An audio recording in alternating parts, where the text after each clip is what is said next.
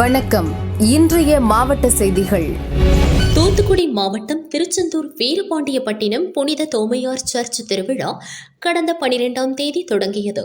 விழா நிறைவு நாளையொட்டி திருநெல்வேலி செயின்ட் சேவியர்ஸ் கல்லூரி முதல்வரும் பாதிரியாருமான காட்வின் ரோபஸ் சிறப்பு திருப்பலியில் பிரசங்கம் செய்தார். அவர் பேசுகையில் ஆஸ்ட்ரோ பிசிக்ஸ் படிக்க வேண்டும் என குட்டி பையன் சொல்கிறான். ஆனால் நமது பிள்ளைகளிடம் கேட்டு பார்த்தால் விஜய் ரசிகனாக போகிறேன் என்கிறார்கள். 41 பேரை கொன்று குவித்தவனுக்கு பின்னால் செல்வது ஏன் என கேள்வி எழுப்பினார். நான் விஜய்க்கு எதிரி அல்ல, ஆனால் சினிமா நடிகர்கள் பின்னால் நமது இளைஞர்கள் குழந்தைகள் ஏன் போய்க் கொண்டிருக்கிறார்கள் என பேசினார். பாதிரியார் பேச்சு திமுகவிற்கு ஆதரவான பேச்சு என தவினர் கருத்து தெரிவித்தனர். நானும் ஆஸ்ட்ரோ பிசிக்ஸ் எடுத்து படிக்கிறேன் என்று குட்டி பையன் சொல்றான். நம்ம பிள்ளைங்கள்ட்ட கேட்டு பாருங்க, நீ என்னவா போற? விஜய் ரசிகராக போறேன். 41 பேரை கொன்று குவிச்சவனுக்கு சரியா எல்லாம் இப்படி ஆகணும். இப்படி கையை இப்படி விலங்கு போட்டால் நம்மளாம் என்ன செய்வோம்? விலங்கு போட்டால் தான் கையை இப்படி வைப்போம் இல்லையா? இந்த தலைவர் கையை இப்படி போட்டுக்கிறாரு, நான் ஏற்கனவே விலங்கு போட்டிருக்கேன் என்று காட்டுகின்ற அவர் பின்னால் செல்லுகின்ற கூட்டம் அதிகமாக கொண்டிருக்கிறது. நான் விஜய்க்கு எதிரி இல்லை, ஆனால் சினிமா நடிகர்கள் மீது நம்முடைய இளைஞர்கள் குழந்தைகள் எல்லாம் ஏன் போய் கொண்டிருக்கிறார்கள்? கேள்விகளை கேட்க வேண்டும். பாரம்பரியம் என்பது இன்றோடு நேற்றோடு முடிவது அல்ல, அது ரிலே ரேஸ் மாதிரி. புதுச்சேரி ஏனாம் பிராந்தியத்தில் குடிநீரில் கழிவுநீர் கலப்பதாக கூறி மக்கள் கடும் போராட்டத்தில் ஈடுபட்டனர். கடந்த சில மாதங்களாக குடிநீரில் கழிவுநீர் கலந்து விநியோகிக்கப்படுகிறது.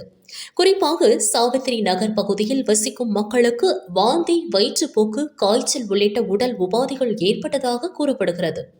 சுத்தமான குடிநீர் வழங்க வேண்டி பலமுறை புகார் கொடுக்கப்பட்டுள்ளது. ஆனால் அதிகாரிகள் எந்தவித நடவடிக்கையும் எடுக்கவில்லை.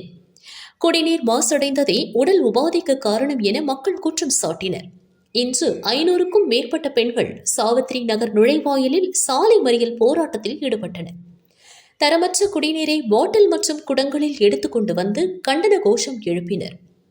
ஸ்பாட்டிற்கு விரைந்த புதுச்சேரி டெல்லி பிரதிநிதி மல்லாடி கிருஷ்ணாராவ் மக்களுடன் பேச்சுவார்த்தை நடத்தினார். குடிநீரில் கழிவுநீர் கலப்பதை தடுப்பதற்கு அரசு சார்பில் போர்க்கால அடிப்படையில் நடவடிக்கை எடுக்கப்படும் என உறுதியளிக்கப்பட்டது. சமரச பேச்சுவார்த்தை முடிவடைந்த பின் பெண்கள் போராட்டத்தை கைவிட்டனர்.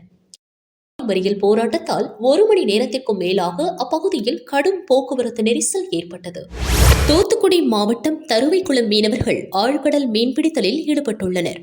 தருவைக்குளத்தில் இருந்து மீன்பிடிக்க சென்ற 4 விசைப்படகுகள் லட்சத்தீவு அருகே உள்ள கவரட்டி தீவு பகுதியில் மீன்பிடித்துக் கொண்டிருந்ததாக கூறப்படுகிறது. இங்கு மீன்பிடிக்க தடை உள்ளது. ரோந்து வந்த கடலோர காவல் படையினர் தருவைக்குளத்தை சேர்ந்த 4 படகுகளில் இருந்த 30 மீனவர்களை கைது செய்தனர். 4 படகுகளை பறிமுதல் செய்து லட்சத்தீவு மீன்வளத்துறை அதிகாரிகளிடம் அவர்களை ஒப்படைத்தனர். மீனவர்களை மீட்பதற்கான நடவடிக்கை மேற்கொள்ளப்பட்டுள்ளது.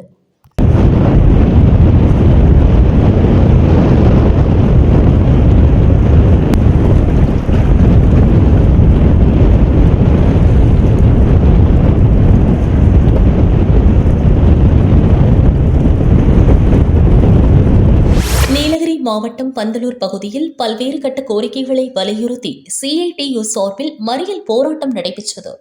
முன்னதாக பதாகைகள் ஏந்தி பந்தலூர் பஜார் வழியாக சென்றனர். பின்னர் பந்தலூர் பழைய பஸ் ஸ்டாண்ட் அருகில் கண்டன கோஷம் எழுப்பி ஆர்ப்பாட்டத்தில் ஈடுபட்டனர். CITU நிர்வாகி மற்றும் கவுன்சிலர் ரமேஷ் வரவேற்புரை நிகழ்த்தினர். மாவட்ட துணை செயலாளர் ராஜன் தலைமை வகித்தார். மாவட்ட தலைவர் வர்கீஸ் போராட்டத்தை தொடங்கி வைத்து பேசினார். தொழிலாளர் நல சட்டங்களை பாதிக்கும் வகையில் கொண்டுவரப்பட்ட 4 தொகுப்பு தொழிலாளர் சட்டங்களை ரத்து செய்ய வேண்டும் என போராட்டத்தில் வலியுறுத்தப்பட்டது. இந்த சட்டங்களால் தொழிலாளர்களுக்கு கிடைத்து வந்த பல்வேறு நலன்கள் மற்றும் சலுகைகள் பாதிக்கப்படுகிறது. மேலும் ஒப்பந்த முறை தொழிலாளர்களின் எண்ணிக்கை அதிகரிக்கும் அபாயம் இருப்பதாக குற்றம் சாட்டப்பட்டது. புதிய சட்ட தொகுப்புகளை திரும்ப பெறவும் தொழிலாளர்கள் பயனடையும் வகையிலும் சட்டங்களை நடைமுறைப்படுத்த வேண்டும் என போராட்டத்தில் வலியுறுத்தப்பட்டது. போராட்டத்தில் ஈடுபட்ட நிர்வாகிகள் முகமது, கேசனி ரோஜா, கலைச்செல்வி, மணிகண்டன் உள்ளிட்ட 29 பேர் கைது செய்யப்பட்டனர்.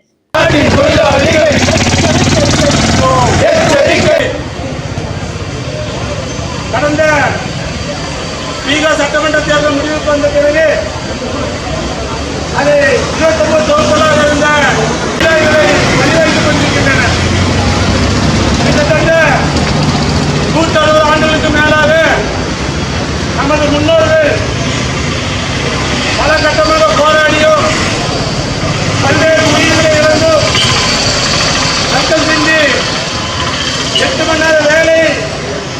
8 மணி நேர உறக்கம் 8 மணி நேரம் ஓய்வு என்ற அந்த பஞ்சாங்கத்தை மாற்றக்கூடிய செயலில் இன்றைக்கு மத்திய அரசாங்கம் ஈடுபட்டுக் கொண்டிருக்கின்றனர், தள்ளப்பட்டுக் கொண்டிருக்கின்றனர்.